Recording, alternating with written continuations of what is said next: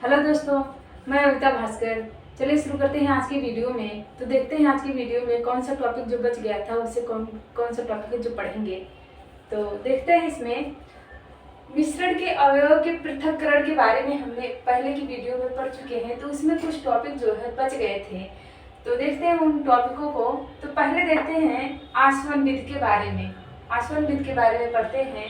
तो देखते हैं यहाँ पर फिगर के भी द्वारा और थ्योरी भी हमने लिख दी है दोस्तों कि किस प्रक्रिया से ये आसवन विधि जो है आसवन विधि के द्वारा पृथक्करण यानी कि चीज़ों को अलग किया जाता है। यहाँ पर थ्योरी इसलिए लिख दी है ताकि आप लोग उसे भूले ना, आराम से उसे याद कर सकते हैं यानी कि समझ सकते हैं उसे पढ़ करके। ठीक है, तो यहाँ पर देखते हैं फिगर में। तो यहाँ पर है जो दोस्तों, ये है हमारा, ये भाग हमारा बर्नर। ठीक है, बर्नर की सहायता से जो आग लगाई गई है यहाँ पर गर्म करने के लिए, और ये हमारा जो सहायता प्रदान करने के लिए लगाया गया है स्टैंड। स्टैंड की सहायता से इसे सब सेट किया गया है यानी कि रखा हुआ है। तो आगे है यहाँ पर, ये है हमारा जो है, ये है आसवन फ्लास्क। ठीक है, आसवन फ्लास्क इसे कहते हैं। और उसके बाद है यहाँ पर है, ये है हमारा क्लैंप, यहाँ का भाग। उसके बाद ऊपर जो लगा है ये बना हुआ है, ये है हमारा थर्मामीटर। ठीक है, थर्मामीटर हो गया। उसके बाद यहाँ आते हैं, तो यहाँ पर जो इसके बीच में भरा हुआ है दोस्तों, ये है हमारा जल तथा एसीटोन का विलयन। ठीक है, जल तथा एसीटोन का विलयन है। इसी को देखते हैं कि जल और एसीटोन को किस प्रकार से हम अलग करेंगे, इसी प्रक्रिया को हम देखेंगे। और यहाँ पर आते हैं, तो ये हमारा जो ये वाला भाग है, ये है हमारा जल निर्गत। ठीक है, जल निर्गत। और यहाँ का ये वाला दोनों भाग है जो इसे कहते हैं क्लैंप। और ये जो बीच का भाग है, यहाँ पर जो जल के तरीके से हमने दर्शाया यानी कि जल, इसको कहते हैं जल संघनक। ठीक है, और यहाँ का भाग है जो इसके कहते हैं शीतल जल निवेश, शीतल जल निवेश। और यहाँ पर जो बाल्टी में गिर रहा है आकर इसे, ये हमारा है एसीटोन। अब देखते हैं किस प्रक्रिया के द्वारा जल से एसीटोन को अलग किया गया है। यहाँ पर ये इसमें जो आसवन फ्लास्क में जो है जल तथा एसीटोन का विलयन मिक्स यानी कि विलयन जो है आसवन फ्लास्क में जो है इस विलयन को डाला गया है, जल तथा एसीटोन के विलयन को डाला गया है। उसके बाद जब आग से इसे धीरे धीरे गर्म करते हैं तो जो है हमारा एसीटोन वाला जो एसीटोन जो होता है दोस्तों, ये बहुत जल्दी गर्म हो जाता है, जो कि जल उतना जल्दी गर्म नहीं होता है। जब एसीटोन हमारा गर्म हो जाता है तो भाप के रूप में इस नली के द्वारा जो है, इस नली के द्वारा भाप के रूप में यहाँ पर आता है। ठीक है, बाल्टी में, इस नली के द्वारा बाल्टी में बूंद बूंद करके हमारा गिर जाता है। और जब इस नली में आता है तो इन दोनों का जो कार्य होता है यानी कि जल संघनक का जो कार्य होता है, जो वाष्पित होकर हमारा एसीटोन नली में आता है, तो इसे ठंडा करने का ये कार्य करता है। ठीक है, अब उसके बाद एसीटोन जब इस प्रक्रिया के द्वारा यहाँ पर बाल्टी में हमारा इकट्ठा हो जाता है यानी कि बूंद के द्वारा एसीटोन जल से अलग हो जाता है। तो जब पूरा एसीटोन हमारा जल से अलग हो जाता है तो यहाँ पर जो हमारा आसवन फ्लास्क में बचता है वो केवल हमारा जल ही बचता है। तो इस प्रकार से एसीटोन और जल अलग हो जाते हैं दोनों। इस प्रक्रिया को जो है आसवन विधि कहा जाता है। यहाँ पर देखते हैं, यहाँ पर हमने लिख भी दिया है, देखते एक बार देख लेते हैं इसे। तो एसीटोन और जल के मिश्रण को आसवन फ्लास्क में लेंगे सबसे पहले। उसके बाद है आसवन फ्लास्क में एक थर्मामीटर लगाएंगे। यहाँ पर थर्मामीटर हमने बताया भी था। और उपकरण को चित्र के अनुसार व्यवस्थित करेंगे यानी कि इसे चित्र के अनुसार ही रखेंगे, तब प्रक्रिया हमारी होगी। उसके बाद है मिश्रण को धीरे धीरे गर्म करेंगे, थर्मामीटर को देखते रहेंगे। उसके बाद है एसीटोन वाष्पीकृत होगा, जल संघनक से संघनित होगा जिसे बर्तन में ले लेंगे। और आगे है जल आसवन फ्लास्क में शेष रह जाएगा, और इस प्रक्रिया को आसवन विधि कहा जाता है, जो कि हमने यहाँ पर आपको फिगर के द्वारा समझाया। ठीक है, आगे देखते हैं आसवन विधि। तो आसवन विधि से ऐसे द्रवों को अलग करने में होता है, आसवन विधि जो है ऐसे द्रवों को अलग करने के लिए ये विधि काम की जाती है, यानी ये विधि काम में आती है दोस्तों, जो विघटित हुए बिना उबलते हैं, जो विघटित हुए बिना उबलते हैं। आगे देखते हैं जिनके घटकों के क्वथनांकों में अधिक अंतर होता है, जिनके घटकों के क्वथनांकों में अधिक अंतर पाया जाता है दोस्तों। जैसे देखते हैं हमारा जल और एसीटोन का विलयन हो गया, जल और एसीटोन का विलयन हो गया हमारा विलयन। तो इस प्रक्रिया जल और एसीटोन का विलयन हमने यहाँ पर तो समझा है इस प्रक्रिया के द्वारा, आसवन विधि के द्वारा। और इसमें जो है जल और अल्कोहल का मिश्रण, यानी कि जल और अल्कोहल के मिश्रण को अलग करने की प्रक्रिया भी आसवन विधि के द्वारा ही होती है। आगे देखते हैं अब दोस्तों, अब देखते हैं प्रभाजी आसवन। प्रभाजी आसवन विधि के बारे में देखते हैं। तो यहाँ पर फिगर के द्वारा भी समझेंगे और इसके कुछ पॉइंट भी हमने लिखे हैं समझने के लिए, ठीक है। तो पहले पॉइंट को देख लेते हैं। तो 2 या 2 से अधिक घुलनशील द्रवों जिनके क्वथनांक में अंतर 25 केल्विन से कम होता है, तो इनमें एक प्रभाज्य का प्रयोग करके विभिन्न पदार्थों को अलग अलग ताप पर पृथक करते हैं। यानी कि अलग अलग ताप पर पृथक करते हैं, यानी कि गर्म करते हैं, ठीक है। उसके द्वारा, उसके माध्यम से उसे अलग अलग किया जाता है। यहाँ पर देखते हैं तो ये आगे की वीडियो में हमने देखा है कि कौन सा उपकरण इसमें है, ठीक है। देख लेते हैं एक बार। ये है हमारा जो ये वाला भाग है, ये है हमारा आसवन फ्लास्क है। इसके बाद इसके अंदर जो है ये वाला भाग, ये है मिश्रण हमारा, ठीक है। और ये वाला भाग हमारा स्टैंड हो गया, ये हमारा बर्नर हो गया, ठीक है। और यहाँ पर जो भाग है ग्लास में जो गिर रहा है, यानी कि जो हमारा मिश्रण गिर रहा है, ये हमारा शुद्ध द्रव घटक, ठीक है। शुद्ध द्रव घटक है हमारा जो गिर रहा है बूंद बूंद के रूप में। और यहाँ पर जो ये वाला जो भाग है, ये हमारा शीतल जल निवेश है। और यहाँ पर है ये वाला भाग हमारा कार्क है। और यहाँ पर जो ये जल भरा हुआ है, जल हमारा दिखाया गया है, ये हमारा जल संघनक, ठीक है। और ये वाला भाग है हमारा जल निर्गत, ठीक है। अब आगे देखते हैं यहाँ पर। तो ये वाला भाग हमारा कार्क है और ये हमारा थर्मामीटर है। और यहाँ पर ये वाला भाग है जो हमारा, इसको कहते हैं प्रभाजी कालम, ठीक है। इसको कहते हैं प्रभाजी कालम। उसके बाद है ये वाला भाग जो है, ये है हमारा क्लैम। अब आगे देखते हैं कि इसमें कैसे प्रोसेस होता है, किस प्रकार से अलग किया जाता है, किस माध्यम से। तो देखते हैं। तो ये हमारे आग जला करके इस मिश्रण को गर्म किया जाता है। जो ये मिश्रण है हमारा आसवन फ्लास्क में मिश्रण है, इस मिश्रण को ताप के द्वारा, यानी कि आग के द्वारा गर्म किया जाता है। गर्म होने के बाद ये प्रभाजी कालम में जाता है, प्रभाजी कालम में जाता है। यहाँ पर देखा हमने कि जिनके क्वथनांक में, यानी कि जो घुलनशील द्रव होते हैं जिनके क्वथनांक में 25 केल्विन से कम हो, यानी कि क्वथनांक में अंतर जो है 25 केल्विन से कम होता है, वो दोस्तों यहाँ पर जाते इकट्ठा हो जाते हैं। यहाँ पर जाते हैं इकट्ठा हो जाते हैं सीरियल वाइज। जैसे कुछ तत्व हैं हमारे जो कम है और उससे भी कुछ तत्व हैं, उससे भी कुछ तत्व हैं, इस तरीके से सीरियल वाइज करके यहाँ पर जाते हैं। तो जो सबसे कम होता है, यानी कि ऐसे घुलनशील द्रव है जो 25 केल्विन से सबसे ज्यादा जो कम होते हैं, वो पहला हमारा निष्कासित होता है। यानी कि वो हमारा वाष्प के भाप के रूप में या वाष्प के रूप में यहाँ पर जाता है। इस नली के माध्यम से बूंद बूंद करके यहाँ पर इस बाल्टी में गिरता है, ठीक है। बाल्टी रखा हुआ होता है यहाँ पर दोस्तों, इसलिए इसी बाल्टी में आराम से गिर जाता है। तो क्या होता है, ये होता है हमारा शुद्ध द्रव घटक होता है जो गिरता है वाष्प के रूप में, ठीक है, मिश्रण से अलग जो होता है। और ये जो भाग है हमारा, ये ठंडा होने यानी ठंडा करने का काम करता है। यहाँ पर वाष्पित होकर जो हमारा द्रव आता है, ये जो है ठंडा करता है उस चीज को, उसको ठंडा करने का काम करता है जल संघनक, ठीक है। यहाँ से उसके बाद ये निकलता है, बूंद बूंद करके इकट्ठा हो जाता है जो वाष्पित होता है। तो ये प्रक्रिया होती है दोस्तों। उसके बाद जो कम होते हैं 25 केल्विन से, जो सबसे ज्यादा कम होगा पहले निकलेगा, उसके बाद जो कम होगा उसके बाद, इस तरीके से सीरियल वाइज करके इसे अलग किया जा सकता है मिश्रण से, ठीक है। अलग अलग करने की प्रक्रिया यही है प्रभाजी आसवन विधि। जैसे देखते हैं किन किन चीजों को अलग किया जा सकता है। जैसे हो गया हमारा पेट्रोलियम पदार्थ का पृथकीकरण, ठीक है। पेट्रोलियम पदार्थ का पृथकीकरण हो गया। वायु में विभिन्न गैसों का पृथकीकरण हो गया। वायु में जो है दोस्तों विभिन्न गैसें जो है मिली होती हैं, तो उन गैसों को भी इस प्रक्रिया द्वारा एक एक करके अलग किया जा सकता है। किस प्रक्रिया द्वारा? प्रभावी आसवन द्वारा, ठीक है, प्रभाजी आसवन विधि के द्वारा। तो आगे देखते हैं। अब यहाँ पर है अगला हमारा निम्न दाब आसवन। इसमें क्या होता है तो देखते हैं।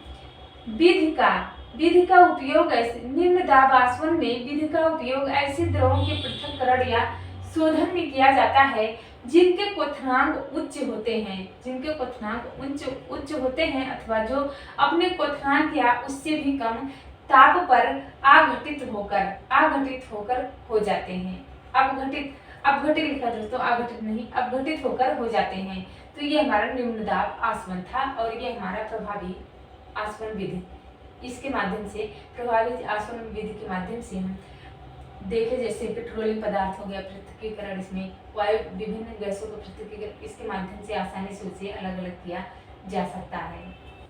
तो आगे देखते हैं दोस्तों, अब यहाँ पर ये है हमारा भाप आसवन विधि।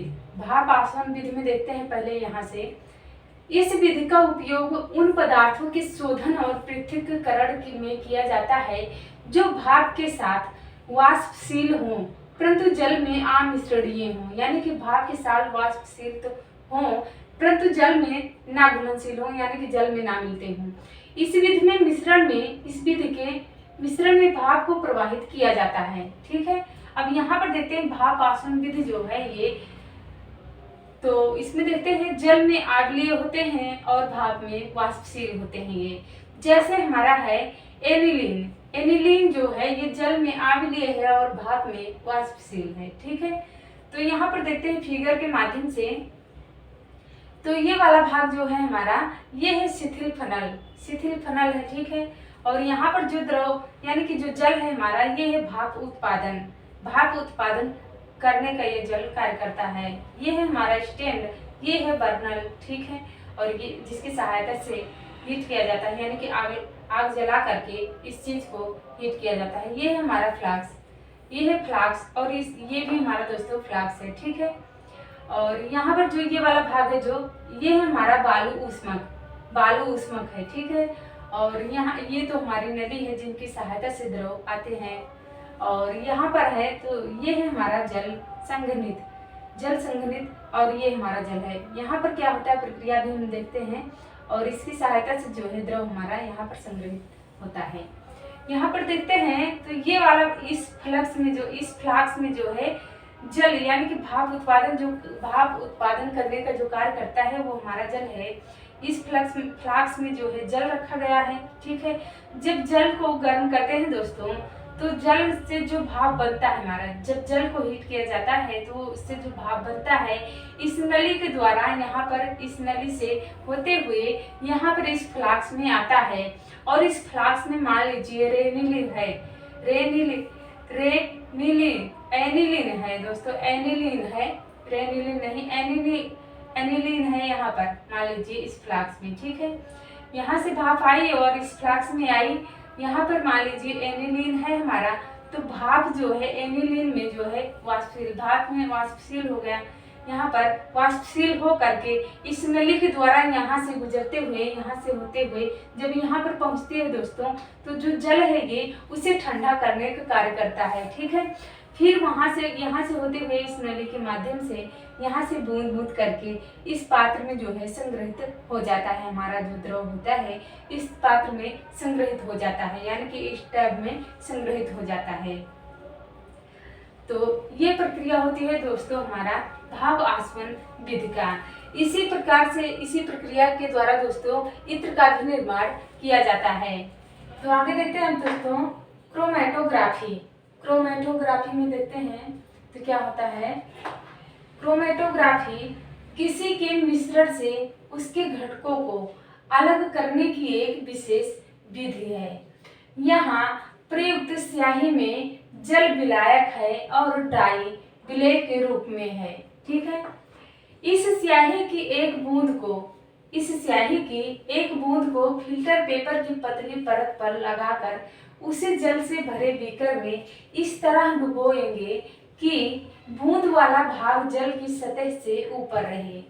यहाँ पर देखते हैं दोस्तों, तो ये जो हमारा है ये हमारा एक बीकर है। ठीक है, ये हमारा एक बीकर है और ये वाला पार्ट जो है ये हमारा कांच की एक छड़ी है। ठीक है, ये हमारा एक कांच की छड़ी है, और यहाँ पर जो ये वाला भाग है ये हमारा पेपर क्लिप है, जिससे हम पेपर को जब पानी में लटकाएंगे दोस्तों तो किस प्रकार से लटकाएंगे, किस पर टिकाएंगे, तो इसलिए क्लिप द्वारा हम पेपर को लगाकर और पानी में जो है लटका देंगे।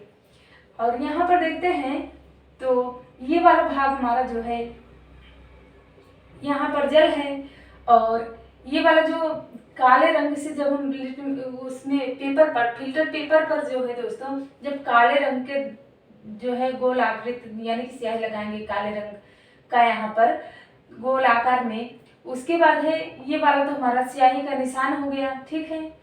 उसके बाद ये वाला जो भाग है ये हमारा फिल्टर पेपर है, ये हमारा फिल्टर पेपर हो गया। और ये जो बीच की रेखा है ये पेंसिल से खींची गई रेखा है, यहाँ पर तो जल हो गया। अब इसमें प्रोसेस कैसे होता है देखते हैं। तो बूंद वाला भाग जल की सतह से ऊपर रहे, ठीक है। ये वाला जो भाग है, ये जो जल है हमारा, इस जल से जो है, इस जल की सतह से जो है बूंद वाला भाग हमारा ऊपर रहे, ठीक है। तो यहाँ पर देखते हैं, जैसे ही जल फिल्टर पेपर पर ऊपर जाता है वो अपने साथ डाई के कणों को भी ले जाता है। यहाँ पर देखते हैं दोस्तों, यहाँ पर ये जल है हमारा, जो ये फिल्टर पेपर था जल में डुबोया हुआ था, और ये जो स्याही का धब्बा जो निशान बनाया था हमने, ये जल से ऊपर था, ठीक है। जब ये जो है जल ऊपर जाता है तो कुछ डाई के कणों को भी अपने साथ ऊपर की तरफ लेकर जाता है। अब देखते हैं इसमें प्रायः डाई 2 या 2 से अधिक रंगों का मिश्रण होता है। जो डाई होता है दोस्तों, यह 2 या 2 से अधिक रंगों का एक मिश्रण होता है। उसके बाद देखते हैं, थोड़ी देर में हम देखेंगे कि रंग वाला घटक जो जल में अधिक घुलनशील है वह तेजी से इसमें ऊपर उठता है। इस प्रकार रंगों का पृथक्करण हो जाता है। तो देखते हैं जब दोस्तों कि डाई के कणों को भी जब जल ऊपर साथ में लेकर जाता है, तो देखते हैं कि जो हमारा रंग होता है, जो हमारा कलर होता है, उसमें जो है जो रंग हमारे जल में अधिक घुलनशील होते हैं, जो हमारे रंग जो है जल में अधिक घुलनशील होते हैं, यानी कि जल में जल्दी घुल जाते हैं, अधिक घुलनशील होते हैं, वो रंग हमारे सबसे ऊपर जो है चले आते हैं, वो हमारे रंग जो है ऊपर उठते जाते हैं। इस प्रकार रंगों का पृथक्करण हो जाता है हमारा। यहाँ पर देखिए ये रंग है हमारा, और इस प्रकार इसके बाद ये, इसके बाद ये, इसके बाद ये, इस तरीके से सीरियल वाइज करके इस तरीके से ऊपर उठता हुआ चला जाएगा हमारा रंग। तो इस प्रकार से इसमें पृथक्करण हो जाएगा। आगे देखते हैं, इस विधि का प्रयोग उन विलेय पदार्थों को पृथक करने में होता है जो एक ही प्रकार के विलायक में घुले होते हैं। अनुप्रयोग देख लेते हैं इसका। तो देखते हैं पृथक करने में अनुप्रयोग। तो पहला है इसमें डाई में रंगों को, ठीक है। दूसरा है प्राकृतिक रंगों से पिगमेंट को, और तीसरा है रक्त से ड्रग्स को, ठीक है। अनुप्रयोग है इसका पृथक करने में। ये 3 पॉइंट हमने लिखे थे। तो आगे देखते हैं दोस्तों अब विलयन के बारे में। विलयन, विलायक और विलेय क्या होता है देखते हैं। तो पहले देखते हैं विलयन किसे कहते हैं। तो 2 या 2 से अधिक पदार्थ का समांगी मिश्रण विलयन कहलाता है। विलयन में मिश्रित पदार्थों के कणों का आकार 1 नैनोमीटर से भी कम होता है। इसलिए ये पदार्थ परस्पर इस प्रकार संगठित हो जाते हैं कि बिना किसी यंत्र की सहायता से सामान्य आंखों से देखना संभव नहीं होता है। और विलायक देखते हैं यहाँ पर। तो वह पदार्थ जिसमें अन्य पदार्थों को घोलने की क्षमता होती है विलायक कहलाता है।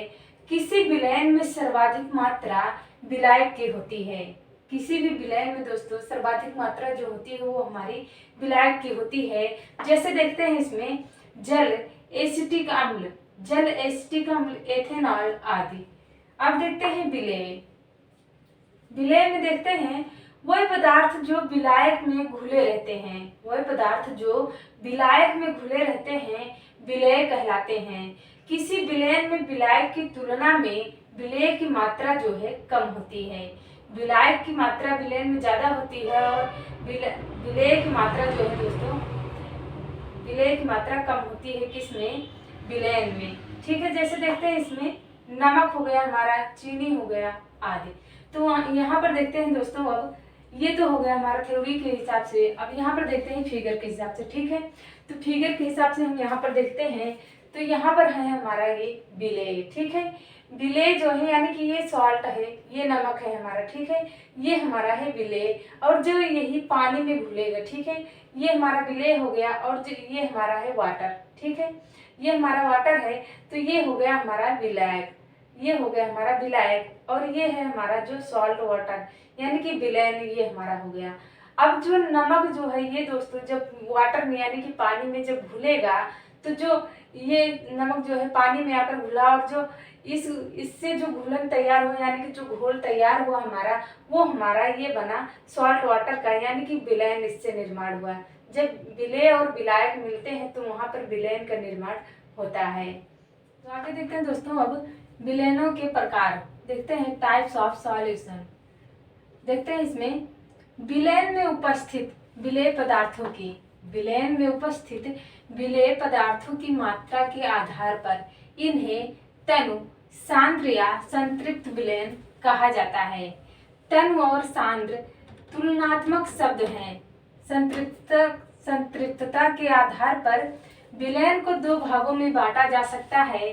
पहला तो है संतृप्त विलयन और दूसरा है हमारा असंतृप्त विलयन। तो पहले देखते हैं हम संतृप्त विलयन, ठीक है। तो इसमें देखते हैं विलयन में विलायक और विलेय पदार्थ होते हैं। विलयन में विलायक और विलेय पदार्थ होते हैं जो अलग अलग मात्राओं में होते हैं। किसी निश्चित तापमान पर जितनी की विलेय की क्षमता होती है उतना ही विलेय पदार्थ घुल सकता है, ठीक है। अर्थात देखते हैं निश्चित तापमान पर यदि विलयन में विलेय पदार्थ नहीं घुलता है तो उसे संतृप्त विलयन कहा जाता है या कहते हैं, ठीक है। आगे देखते हैं इसमें संतृप्त विलयन में इस ताप पर उपस्थित विलेय पदार्थ की मात्रा उसकी घुलनशीलता कहलाती है। और यहाँ पर देखते हैं असंतृप्त विलयन में यदि विलयन में विलेय पदार्थ की मात्रा संतृप्तता से कम है तो इसे असंतृप्त विलयन कहते हैं। यहाँ पर देखते हैं दोस्तों, जब यह नमक हमारा जो है साल्ट है, ये नमक हमारा जब यहाँ जल में आकर घुलता है यानी कि विलेय और विलायक दोनों आपस में मिक्स हो जाते हैं तो उससे हमारा संतृप्त विलयन का निर्माण होता है। तो दोस्तों आज की वीडियो हमारी यहीं पर समाप्त हुई। आप लोगों का बहुत बहुत धन्यवाद।